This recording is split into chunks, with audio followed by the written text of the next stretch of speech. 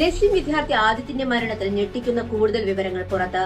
അധ്യാപകന്റെ മാനസിക പീഡനവും ശാരീരിക ഉപദ്രവവും കാരണം ആദിത്യനൊപ്പം അഡ്മിഷൻ എടുത്ത 18 വിദ്യാർത്ഥികളാണ് പഠനം ഉപേക്ഷിച്ചു പോയത്. അധ്യാപകനെതിരെ പരാതി നൽകിയിട്ടും കോളേജ് മാനേജ്മെന്റ് യാതൊരുവിധ നടപടിയും സ്വീകരിച്ചില്ല. അധ്യാപകർക്കും മാനേജ്മെന്റിനും ഇത് വെറും ഒരു ബിസിനസ് മാത്രമാണെന്നാണ് വിദ്യാർത്ഥികൾ കുറ്റപ്പെടുത്തുന്നത്. സഹപാഠികൾ ആദിത്യന്റെ കുടുംബാംഗങ്ങൾക്ക് അയച്ച സന്ദേശങ്ങളിലാണ് ഇക്കാര്യങ്ങൾ വ്യക്തമാക്കുന്നത്. പരാതികൾ പറഞ്ഞിട്ടും കാര്യമില്ലെന്നും വിദ്യാർത്ഥികൾ പറയുന്നു. അവസാനമായി ആദിത്യനെ കാണാൻ പോലും കോളേജ് അനുവദിച്ചില്ലെന്ന് വിദ്യാർത്ഥികൾ അയച്ച സന്ദേശത്തിൽ പറയുന്നു. മരണത്തിൽ ദുരൂഹതയുണ്ടെന്നും സന്ദീപ് പാണ്ഡെ എന്ന അധ്യാപകരിൽ നിന്ന് നിരന്തരം മാനസിക പീഡനമുണ്ടായെന്നും കുടുംബം ആരോപിച്ചിരുന്നു. അധ്യാപകനും ഹോസ്റ്റൽ വാർഡനുമായ സന്ദീപ് പാണ്ഡെക്കെതിരെയാണ് ആദിത്യന്റെ കുടുംബം രംഗത്തെത്തിയത്.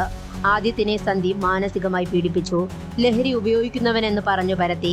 ലഹരി ഉപയോഗത്തിൽ അധ്യാപകൻ പറയുന്ന കുട്ടികളുടെ പേര് പറയാൻ നിർബന്ധിച്ച് ഉപദ്രവിച്ചുവെന്ന് കുടുംബം ആരോപിച്ചിരുന്നു. നിതിൻ രാജും ആദിത്യനുമെല്ലാം വ്യാവസായികവൽക്കരിക്കുന്ന വിദ്യാഭ്യാസത്തിന്റെ തെളിവുകളാണ്.